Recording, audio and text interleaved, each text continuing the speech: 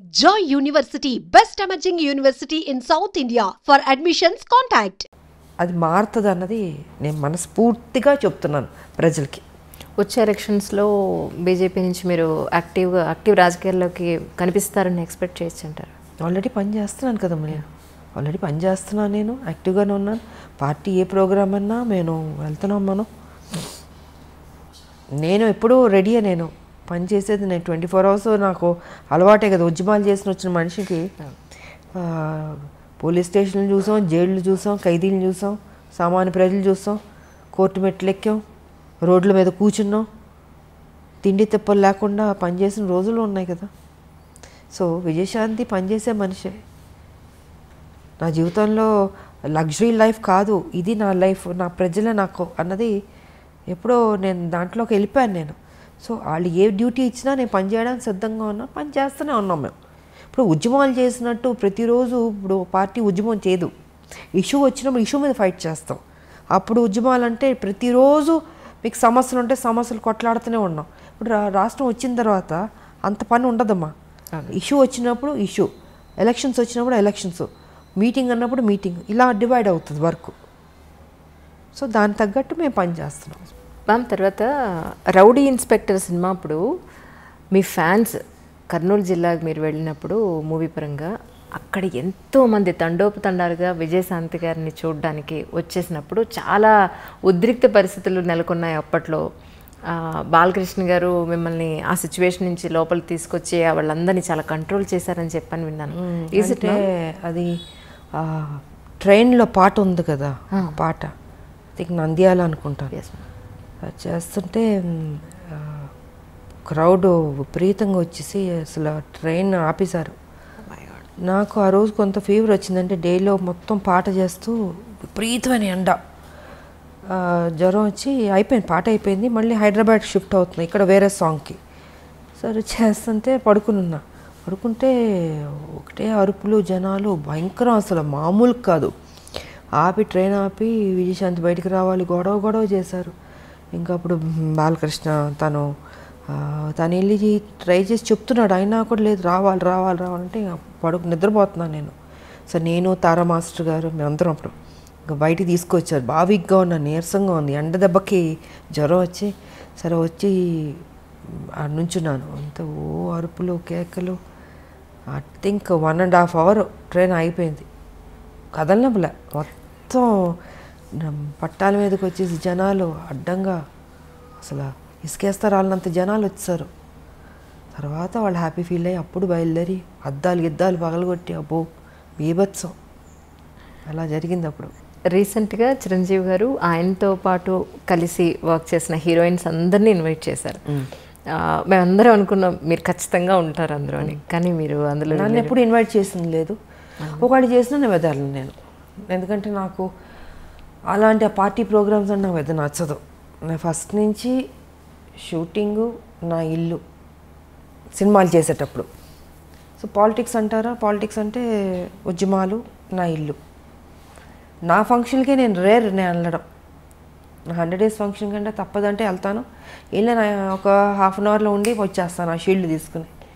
ఎందుకో నాకు చిన్నప్పటి నుంచి ఈ పార్టీస్ కానీ నాకు నచ్చదు. సో వాళ్ళు ఎప్పుడు నన్ను ఇన్వైట్ చేసిన లేదు. ఒకవేళ ఇన్వైట్ చేసినా నేను వెళ్ళను, నేను అవాయిడ్ చేసి ఉండేదాన్ని. నేను తెలుగులో మిమ్మల్ని మొట్టమొదటిసారిగా ఇంట్రడ్యూస్ చేసింది విజయ నిర్మల గారు అని అనుకోవచ్చా అండి? కానీ విజయ నిర్మల గారు అప్పుడు కాలం చేసినప్పుడు కూడా మీరు చాలా వచ్చి నరేష్ గారు వాళ్ళ ఇంటికి వచ్చి చేసినప్పుడు జరిగింది. సో ఆవిడతో మీకున్న ప్రత్యేక అనుబంధం? కొంతమంది మన జీవితంలో మర్చిపోలేమమ్మా, వాళ్ళు తీసుకున్న కేరు. ఒక తల్లిగా ఆవిడ నన్ను, చిన్నపిల్లని, కృష్ణ గారి పక్కన, చాలా యంగ్, ఐ థింక్ 79లోనే వచ్చాను, 80s అనుకుంటా సినిమా, ఫస్ట్ తమిళ్ 80sలో. ఇంత చిన్నపిల్ల. కృష్ణ గారు అనేవారు, విజయ మరీ చిన్నపిల్లగా ఉంది, నా పక్కన యాక్ట్ చేస్తుంది, ఎలాగ బాగుంది, నా కూతురులా ఉంది అనేవారు. మీరు ఊరుకోండి నేను చూసుకుంటాను, కానీ అంత కేర్ తీసుకునేవాడు నిజంగా. అలాగా నాకు దాని మీద నమ్మకం ఉంది, తను పెద్ద స్టార్ అవుతుందని. ఆవిడ కూడా అంత కేర్ తీసుకుందమ్మా. అందుకే ఆవిడ పోయినప్పుడు కూడా నాకు బాధ వేసింది. కొంతమంది మనం మర్చిపోలేం. ఆవిడ కానీ, అంకుల్ దాసర్ గారు కానీ, టి కృష్ణ గారు కానీ, నా జీవితంలో నా లైఫ్ మారింది. వాళ్ళ వల్ల. ఎలా మర్చిపోతాం చెప్పండి. సో నా ఫస్ట్ ఫిలిం భారతిరాజా గారు, ఇలాగా కొన్ని మర్చిపోలేము. ఇంక మిగతా డైరెక్టర్స్ అంటారు, ఎస్ అఫ్ కోర్స్ నాకు మంచి సినిమా పాత్రలు ఇచ్చారు. విశ్వనాథ్ గారు, జంధ్యాల గారు, మోహన్ గాంధీ గారు, కోడిరామ్ కృష్ణ గారు. సో ఇలాంటి హీరోయిన్ సబ్జెక్ట్స్ చేసిన వాళ్ళు డైరెక్టర్లు, వాళ్ళని కూడా నేను మర్చిపోలేను. ఆ గౌరవం ఎప్పుడు ఉంటుంది నాకు వాళ్ళ మీద. కానీ రాజకీయాల్లోకి వచ్చిన తర్వాత, ఇన్నాళ్ళ రాజకీయ జీవితం చూసిన తర్వాత ఇక్కడ మీరు నేర్చుకున్న లెసన్ అంటే ఏం చెప్తారు? రాజకీయం అంటే పాలిట్రిక్సే ఉంటుంది. పాలిటిక్సే ఉంటుంది కదమ్మా. ఆ ట్రిక్స్లో మనం వెళ్తూ ఉండాలి, ఎత్తులకు పై ఎత్తులు వేస్తూ ఉండాలి. విజయశాంతి గారితో అవుతుందా అంత రాజకీయ ట్రిక్స్? అలా 25 ఏళ్ళు అయిపోతుంది కదా. అవుతుందా అంటే మరి తెలంగాణ తీసుకురాలేదా, కొట్లాడలేదా? ఏ టైంకి ఏ రకంగా మనం ఇవ్వాలో ఆ దేవుడే నిర్ణయిస్తాడు. జీవితంలో ఒక మంచి దారిని మనం ఎన్నుకున్నాం, ఆ మంచి దారిలోనే నేను వెళ్తున్నాను, ఆ మంచి దారిలోనే నేను సక్సెస్ అయ్యాను. నేను తెలంగాణ అచీవ్ చేయడం అన్నది ఇట్స్ నాట్ అ జోక్. ఒక రాష్ట్రం, నేను ఉద్యమం టేకప్ చేసినట్టు అందరూ నన్ను వెటకారంగా మాట్లాడేవారు. ఈవిడ ఒక మహిళ, ఈవిడ తీసుకొస్తుంది, ఈవిడ కొట్లాడుతుంది, ఈవిడికి అవసరమా, సినిమాలు చేసుకుని హ్యాపీగా ఉండడం ఎందుకు ఈవిడికి, అన్నీ అన్నారు. అన్ని మాటలు పడ్డాను, నేనేం పట్టించుకోలేదు. నేను అనుకుంది సాధించాను. అనుకునేవాళ్ళు అనుకుంటారు. ఏ టైంకి మన బుర్ర ఏ రకంగా ఆలోచించాలో ఆ బుర్ర ఆ ఆలోచన దేవుడు డెఫినెట్గా ఇస్తాడు. క్రిమినల్గా ఉండే పాలిటిక్స్ చేయక్కర్లేదమ్మా, మంచిగా కూడా పాలిటిక్స్ చేయొచ్చు. ఇప్పుడు కేసీఆర్ బుర్ర అయితే మాకొద్దు, ఎవడో కోరుకోడు. సూర్యకాంతం గారి క్యారెక్టర్ చూసి అమ్మో సూర్యకాంతం గారు అని భయపడేవాళ్ళం, కానీ నిజంగా ఆవిడ చాలా మంచి ఆవిడ, తెలుసా మీకు? అవును, సినిమా పాత్ర అలాగుంటుంది.